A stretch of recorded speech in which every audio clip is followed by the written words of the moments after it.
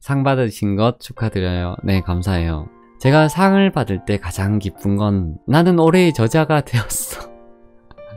저자로서 인정받았어. 라든지 올해 더 큰 상을 받았죠. 국민추천포상, 국무총리상을 받았죠. 근데 와, 난 국무총리상 받았어. 기뻐하지 않아요.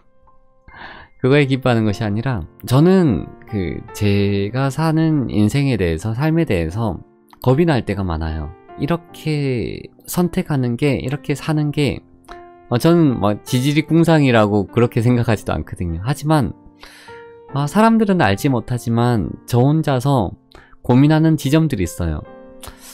과연 이렇게 사는 게 맞는 걸까? 청년들에게, 청소년들에게 뭔가를 이야기할 때 항상 전제하는 말이 있어요. 저는 일반적이지 않아요 라는 거죠. 저는 일반적이지 않아요. 제가 이 말을 하는 이유는 하나님이 특별히 저를 인도해 주셨는데 여전히 이렇게 두려울 때마다 하나님, 내가 두려워하는 것을 두려워하지 않겠습니다 라고 하고 이상한 선택들을 해나가죠. 이런 선택들이 모두에게 유효하지 않다라는 것들을 주의사항처럼 말하고 싶은 거예요. 그런데 조심하셔야 돼요. 망할 수도 있어요. 이런 주의사항. 막연하게 그렇게만 이야기를 하면요, 딴 나라 이야기가 되는 거예요. 근거 없는 이야기가 되는 거죠. 그런데 제가 받은 상이 그런 이야기를 하는 근거가 되어주는 거예요. 그저 믿음이라는 게 그냥 허공을 떠다니는 이야기만은 아닙니다 라는 이야기를 해줄 수 있는, 그 무게를 달아줄 수 있는 그 근거가 제가 받은 상인 거죠. 이 상들은 하나님이 내게 주신 위로입니다 라고 생각하진 않아요. 왜냐하면은 물론 위로이죠. 선물이죠. 그런데 그 위로는 하나님은 끊임없이 내게 주시거든요. 매일매일 하나님은 내게 그렇게 위로해 주세요. 상으로서 내가 널 사랑해가 아니라 하나밖에 없는 아들을 내어주심으로 나를 향한 하나님의 사랑을 이미 확증하신 거죠.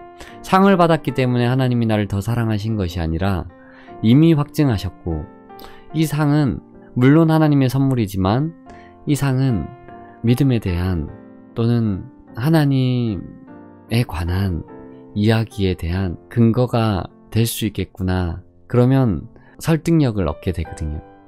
왜냐하면 보이지 않는 이야기들인데, 하나하나가 다 보이지 않는 이야기인데, 제가 크리스토퍼 놀란 감독의 영화를 좋아하는데, 그 좋아하는 이유는 뭐냐면 그 사람의 세계관을 좋아해서 라기보다는 보이지 않는 이야기들이거든요.